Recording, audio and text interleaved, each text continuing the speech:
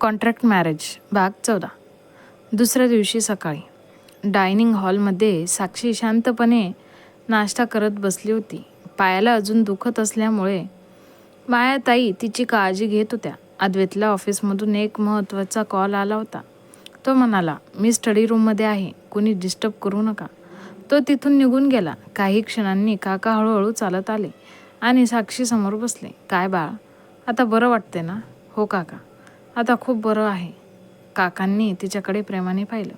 बरं झालं, कारण मला तुझी खरंच काळजी वाटते. साक्षी हलकसं हसली. काका काही क्षण शांत राहिले आणि मग अचानक म्हणाले, साक्षी एक विचारू? रागवणार तर नाहीस ना? नाही काका, विचारा ना.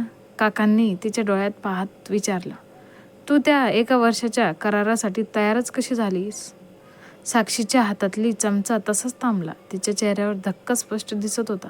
का का काय काय काका, तुम्हाला कराराबद्दल कसं माहीत? काका क्षणभर गप्प झाले. त्यांना कळालं की त्यांच्या तोंडून जास्त निघालं आहे. ते लगेच सावरले. ते ते महत्त्वाचं नाही बाळ. नाही काका, ही गोष्ट फक्त मी आणि अद्वैत आम्हा दोघांनाच माहीत होती. काकांनी विषय अलगद वळवला. मी एवढंच म्हणेन, अद्वैतला माणसांची ओळख नाही, तो भावना मनातच ठेवतो. पण तू तू तर समजूतदार मुलगी आहेस ना?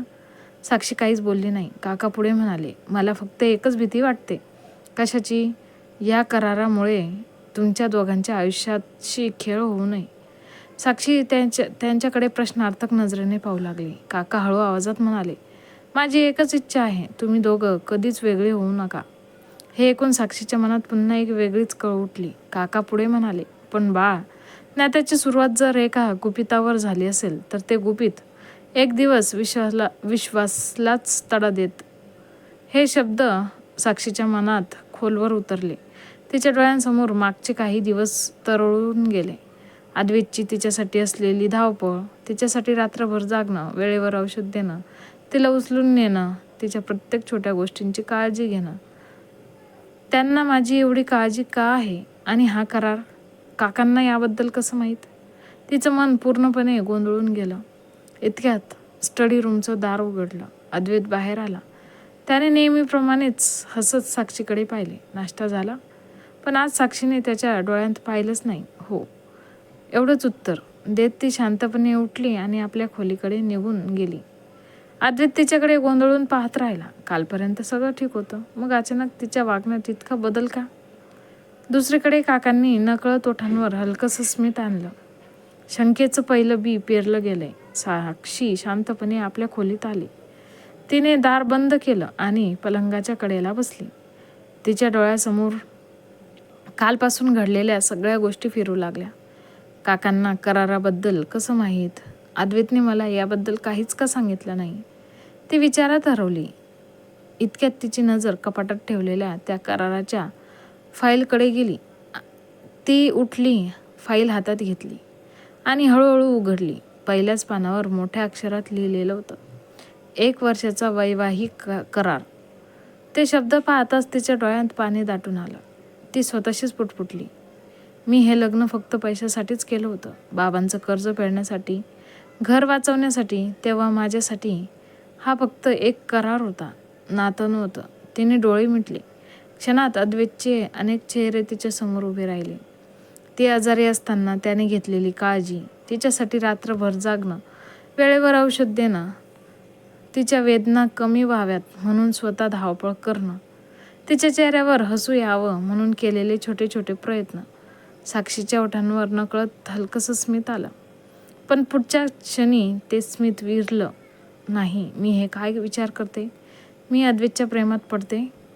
हा विचार मनात येताच ते घाबरली. तिने कराराची फाईल घट्ट पकडली. हे चुकीचं आहे साक्षी, करार अजूनही तसाच आहे.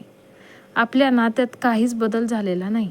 आजही 1 वर्ष पूर्ण झालं की आपण दोघे वेगळे होणार आहोत.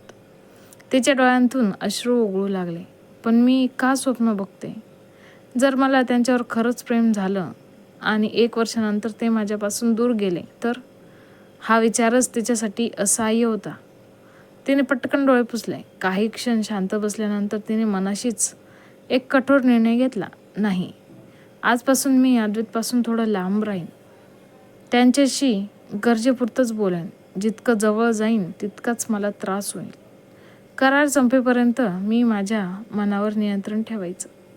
तिने करारची फाईल पुन्हा कपाटात ठेवली आणि खोल श्वास घेतला.